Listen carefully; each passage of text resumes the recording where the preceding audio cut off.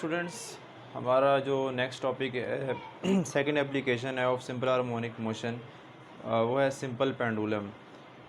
तो सबसे पहले हम ये देखेंगे कि सिंपल पेंडुलम होता क्या है, फिर हम उसकी वर्किंग को डिस्कस करेंगे कि क्या वर्किंग होती है, और हम उस वर्किंग में उस प्रूफ करेंगे कि how the simple pendulum exhibits simple harmonic motion. और एट द एंड हम ये देखेंगे कि टाइम पीरियड क्या होता है सिंपल पेंडुलम का, और फिर हम ये देखेंगे कि what are the necessary condition for executing simple harmonic motion, कि सिंपल हार्मोनिक मोशन एग्जीक्यूट करने के लिए कौन सी कंडीशंस जो हैं वो ज़रूरी हैं, कि अगर वो कंडीशंस होंगी तभी सिंपल हार्मोनिक मोशन है। तो सबसे पहले हम बढ़ते हैं अपने इस टॉपिक की तरफ, और हम पहले ये देखते हैं कि सिंपल पेंडुलम क्या होता है। इसकी डेफिनेशन हम पढ़ते हैं कि क्या है ये simple pendulum. It consists of a bob of mass m which is suspended by a light string of length L and fixed at its upper end। Simple आपने देखा होगा बहुत सारी ये जो पेंडुलम क्लॉक्स होती हैं जो चर्च हाउस में होती हैं, चर्च में होती हैं ज़्यादातर, कि वो जो घड़ी होती है, ठीक है, उसमें नीचे जो है ना वो एक छोटी सी बॉल है वो लटक रही होती है, ठीक है। तो जब वो घंटी की आवाज़ आती है तो वो जो पेंडुलम होता है वो यूं ऑसिलेट करता है अपनी पोजीशन के, अपनी मेन पोजीशन के अराउंड जो है वो ऑसिलेट करता है। तो वही जो है वो सिंपल पेंडुलम होता है, ठीक है। वो सिंपल पेंडुलम जो है वो कंसिस्ट होता है एक बॉब पे, वो मैस एम जो है, लेट से उसका मैस एम है, ठीक है।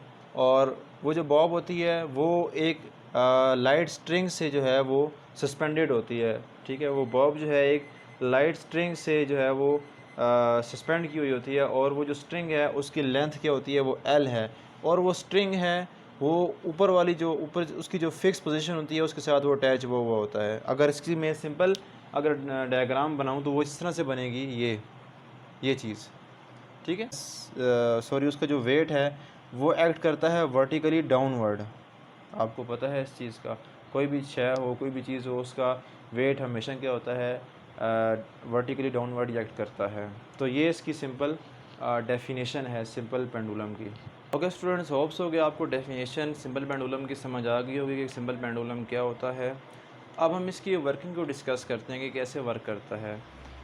तो लेट से हम कंसीडर करते हैं कि ये जो आपका सिंपल पेंडुलम है, ठीक है, ये मैंने यहाँ पर शो किया हुआ है डायग्राम में, कि पहले ये जो है इस मेन पोजीशन ओ पे है, रेस्ट पे है, इक्विलिब्रियम पे है, मूव नहीं कर रहा, इस पर कोई फोर्स एक्ट नहीं कर रही।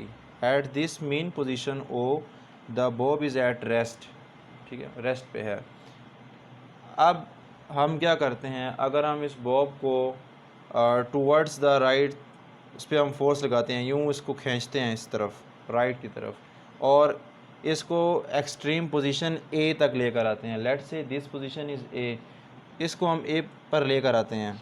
अब जब ए पर लाएंगे तो इसको छोड़ने से पहले हम एक काम करते हैं, हम वो काम ये करते हैं कि आप देख सकते हैं कि अगेन ये जो बॉब है इसका वेट जो है वो एक्ट कर रहा है वर्टिकली डाउनवर्ड एक्ट कर रहा है। चूँकि वेट एक वेक्टर है, वेट फोर्स है, और फोर्स है वो वेक्टर क्वांटिटी है, तो हम क्या करते हैं यहाँ पर इसको वेट को इसके कंपोनेंट्स में रिजॉल्व कर देते हैं।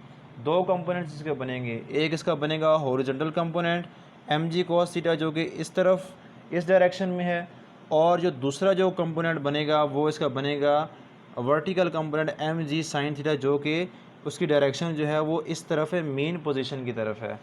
अब आप देख सकते हैं कि जब हम बॉब को उसकी मेन पोजीशन से इस एक्सट्रीम पोजीशन ए तक लेकर आते हैं तो जो ये जो स्ट्रिंग है, ठीक है, जिसके साथ ये बॉब जो है सस्पेंडेड है, उस स्ट्रिंग में जो है वो टेंशन एक्ट कर रही है इन द अपवर्ड डायरेक्शन। इस डायरेक्शन में जो है वो टेंशन एक्ट कर रही है स्ट्रिंग में, और इस डायरेक्शन में ये जो है इसका हॉरिजॉन्टल कंपोनेंट एक्ट कर रहा है। चूँकि ये टेंशन और ये दोनों ऑपोजिट डायरेक्शन में एक्ट कर रहे हैं और सेम मैग्नीट्यूड के हैं, तो ये दोनों आपस में क्या करेंगे, एक दूसरे को कैंसल आउट कर देंगे। मीन्स के यहाँ पर there is no vertical motion, कोई वर्टिकल मोशन नहीं होगी। ओनली हमारे पास ये जो कंपोनेंट रहे बच जाएगा mg sin थीटा, ये क्या करेगा, चूँकि आप देख सकते हैं इसकी डायरेक्शन मीन पोजीशन की तरफ है, तो मीन पोजीशन की तरफ है तो ये एक्ट करेगा as a restoring force. Restoring force के तौर पर ये एक्ट करेगा। ये बात आपने याद रखनी है कि ये जो कंपोनेंट एम जी करेगा, ये बात आपने याद रखनी है कि ये जो component M G sine theta, इसका क्या काम है। इसका काम ये है कि ये एक्ट करता है एज अ रीस्टोरिंग फोर्स। ये दोनों आपस में कैंसिल हो जाते हैं। There is no vertical motion, only horizontal motion, and this motion is due to this restoring force M G sine theta. तो हम क्या करते हैं, हमने यहाँ पर लाया बॉब को, हमने इस कंपोनेंट्स में रिजॉल्व किया और हमारे पास एक रिस्टोरिंग फोर्स आ गई एम जी साइन थीटा। अब हम जब इस बॉब को छोड़ेंगे, यहाँ से सेट फ्री करेंगे, इसको हम छोड़ देंगे, तो क्या करेगी ये बॉब, ये under the action of this restoring force, इस रिस्टोरिंग फोर्स के एक्शन की वजह से ये मीन पोजीशन की तरफ बॉब मूव करेगी। क्योंकि आप देख सकते हैं कि ये जो component M G sine theta, इसकी डायरेक्शन मीन पोजीशन की तरफ है, तो मीन पोजीशन की तरफ होने की वजह से ये बॉब मीन पोजीशन की तरफ मूव करेगी। अब जब ये बॉब जो है दोबारा अपनी इस पोजीशन पे वापस आ जाएगी, यहाँ पर मेन पोजीशन पे ओ पोजीशन पे दोबारा वापस आ जाएगी, तो यहाँ पर जो है वो इनर्शिया की वजह से नहीं ठहरेगी, रुकेगी नहीं। ठीक है, इनर्शिया ये होता है कि एक बॉडी की प्रॉपर्टी होती है, the property of a body to resist its states of rest और यूनिफॉर्म मोशन, के वो अगर एक बॉडी है, ठीक है, वो रेस्ट में है, ठीक है, तो वो रेस्ट में रहना चाहती है, और अगर मोशन में है तो वो मोशन को जारी रखना चाहती है। ठीक है, लेकिन अगर इसके ऑपोजिट काम हो जाए कि ठीक है, एक बॉडी जो है वो स्टेट में है, ठीक है, लेकिन वो अपनी उस मतलब आप उसको रोकना चाह रहे हैं, ठीक है, आप उसको कह रहे हैं कि नहीं भी रुक जाओ, लेकिन वो रजिस्ट कर रही है कि नहीं भी मैंने रुकना नहीं है, मैंने चलना है। और अगर एक बॉडी है, ठीक है, वो रेस्ट में है, आप उसको जो है वो फोर्सली उसको फोर्स लगा के कह रहे हैं कि नहीं भी आप चलो, आप मूव करो, तो वो जो रजिस्ट कर रही है कि नहीं भी मुझे रेस्ट में, मैं रेस्ट में थी, मुझे रेस्ट में रहने दो, और या मैं मोशन में हूँ तो मुझे मोशन में रहने दो। तो ये जो प्रॉपर्टी होती है बॉडी की, इसे हम कहते हैं इनर्शिया। तो उसी इनर्शिया की वजह से ये जो बॉब है आपकी इस मेन पोजीशन पे स्टॉप नहीं करेगी, बल्कि क्या करेगी, ये बॉब जो है इस पोजीशन की तरफ जो है, यहाँ से ये इस तरफ जो है वो मूव करेगी towards the extreme position B. जब ये एक्सट्रीम पोजीशन बी की तरफ मूव करेगी ये बॉब, तो इसकी जो वेलोसिटी है, जो इसकी स्पीड है, वो क्या होती जाएगी, कम होती जाएगी। ठीक है, कम इस वजह से होती जाएगी क्योंकि जो अगेन जो रीस्टोरिंग फोर्स है वो इस तरफ मूव कर रही है, रीस्टोरिंग फोर्स जो है वो इस तरफ मूव कर रही है टुवर्ड्स द मेन पोजीशन, और वेलोसिटी जो है वो उस तरफ है, टुवर्ड्स द मेन पोजीशन जो है वो रिस्टोरिंग फोर्स एक्ट कर रही है, और बॉडी उस तरफ जा रही है। ठीक है, वेलोसिटी इस तरफ है, तो जैसे जैसे ये बॉब आपकी मेन पोजीशन से एक्सट्रीम पोजीशन बी की तरफ जाएगी, तो आपकी वेलोसिटी क्या होती जाएगी, मिनिमम होती जाएगी, मिनिमम होती जाएगी। और यहाँ पर पहुँचकर, इस पोजीशन पर पहुँचकर वेलोसिटी क्या हो जाएगी, ज़ीरो हो जाएगी। जब बॉब की वेलोसिटी ज़ीरो हो जाएगी तो वो क्या करेगी, under the action of restoring force, ये बॉब क्या करेगी, दोबारा मेन पोजीशन की तरफ मूव करेगी, दोबारा मेन पोजीशन की तरफ आएगी। जब ये मेन पोजीशन पे पहुंचेगी यहाँ पर, तो यहाँ पर इसकी जो वेलोसिटी है वो मैक्सिमम हो जाएगी। ठीक है, लेकिन ड्यू टू इनर्शिया यहाँ पर ये स्टॉप नहीं करेगी, बल्कि दोबारा क्या करेगी, पोजीशन ए की तरफ आएगी। फिर वही फिनोमेना है, जब ये पोजीशन ए की तरफ आएगी तो इसकी वेलोसिटी क्या होगी, डिक्रीज़ होती जाएगी। जब ये ए पर पहुंचेगी, इस मैक्सिमम एक्सट्रीम पोजीशन पे आ जाएगी, तो इसकी वेलोसिटी ज़ीरो हो जाएगी। अब क्या करेगी, ये दोबारा जो है under the action of restoring force which is provided by this component M G sine theta, ये बॉब क्या करेगी, दोबारा मेन पोजीशन की तरफ मूव करेगी। मेन पोजीशन पे जाके इसकी वेलोसिटी दोबारा मैक्सिमम हो जाएगी, लेकिन क्या करेगी, यहाँ पर इनर्शिया की वजह से ये रुकेगी नहीं, बल्कि दोबारा इस एक्सट्रीम पोजीशन बी की तरफ जाएगी। बी की तरफ जाएगी, वहाँ फिर उसकी वेलोसिटी ज़ीरो हो जाएगी, दोबारा जो है ये मीन पे आएगी, मीन से दोबारा ए पे जाएगी, ए से फिर मीन पे जाएगी, मीन से फिर दोबारा बी की तरफ जाएगी। तो ये जो बॉब है ये क्या कर रही है, ये अपनी इस मेन पोजीशन के इर्द गिर्द क्या कर रही है, ऑसिलेट कर रही है। मेन पोजीशन के इर्द गिर्द ए और बी जो है इन पे क्या कर रही है, बार बार मूव कर रही है। तो हम कह सकते हैं according to the definition of simple harmonic motion कि ये जो आपकी बॉब है, जो सिंपल पेंडुलम है, this simple pendulum also exhibits a simple harmonic motion. ये सिंपल पेंडुलम है, इसकी मोशन भी सिंपल हार्मोनिक मोशन जैसी ही है। क्यों?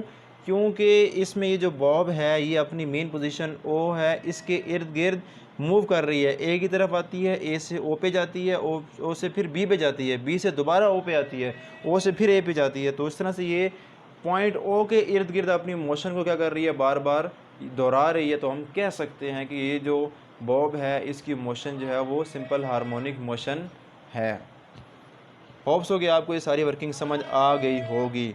अब हम नेक्स्ट आगे बढ़ते हैं और हम ये देखते हैं कि टाइम पीरियड का फार्मूला क्या होता है। टाइम पीरियड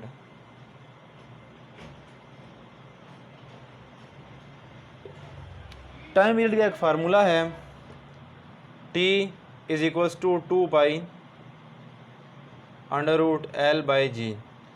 ये सिंपल पेंडुलम के टाइम पीरियड का फार्मूला है। असल में टाइम पीरियड होता क्या है? टाइम पीरियड होता है the time require to complete one vibration, कि एक पूरी वाइब्रेशन कंप्लीट करने के लिए जितना टाइम रिक्वायर है उसे हम कहते हैं टाइम पीरियड। मींस के वाइब्रेशन क्या है कि यहाँ से यहाँ तक, फिर यहाँ से यहाँ, यहाँ से यहाँ, और फिर दोबारा इधर दोबारा वापस आना।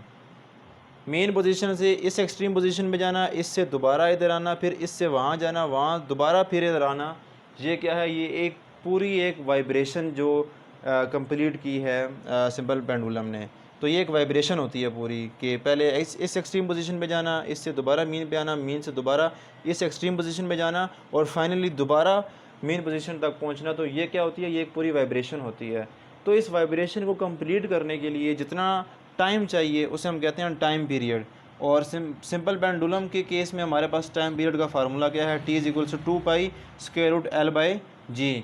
अब आप देख सकते हैं कि ये G तो एक कांस्टेंट है, ग्रेविटेशनल एक्सेलरेशन है, इसकी वैल्यू होती है G is equals to 10 metre per second square. और ये जो L है ये स्ट्रिंग की लेंथ है, मीन्स के length of the pendulum. L क्या है? L जो है वो लेंथ ऑफ पेंडुलम है, लेंथ ऑफ पेंडुलम। तो आप देख सकते हैं कि टाइम पीरियड है वो पेंडुलम की लेंथ पे डिपेंड करता है। जितनी ज़्यादा लेंथ होगी उतना ज़्यादा ही हमें टाइम चाहिए टू कंप्लीट द वाइब्रेशन। अगर लेंथ कम होगी तो वाइब्रेशन कंप्लीट करने के लिए जो हमारे पास रिक्वायर्ड टाइम पीरियड है वो कम होगा।